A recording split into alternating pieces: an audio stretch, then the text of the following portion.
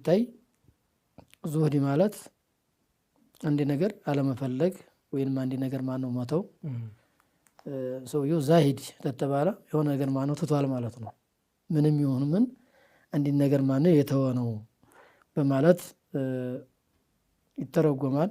الزهد ضد الرغبة والزهادة في الأشياء ضد الرغبة በማለት ማስቀምጠውታል። እንግዲህ ቋንቋ ማነው ባልተቤቶች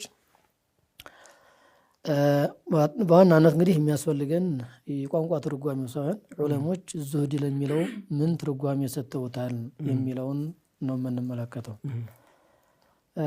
ዑለሞች በብዛት በተለያዩ አገላለጾች ማነው ገለጸውታል ዙህድ ማነው የሚለውን። ግን በዋናነት ያው ሐሳቡ ቃላቱ አቀራረቡ ማነው አገላለጹ ማነው ቢለያይም በዋናነት መልእክቱ ማነው ተጋጥሞ ይገኛል ይላሉ። እና ከነዛ ውስጥ ማነው አንደኛው ዙህድ የሚለው ነገር الزهادة قصر الآمل والشكر عند النعم والورع عند المحارم በማለት ያስቀመጡ ዓሊሞች አሉ።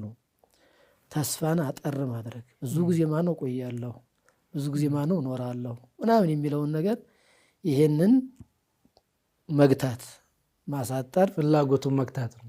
ብዙ ቆያለህ ማነው ብሎ ማሰብ ያለበትም የሰው ልጅ ለዛ ለሚሄድበት ሀገር ሩቅ ስለሆነ ለዛ መስራት እንጂ ቀስ ብዬ እደርሳለሁ ቆያለሁ ማነው ካለ ሰውየው ኸይር ስራ ከመስራት ወደ ኋላ እንትን ይለዋል።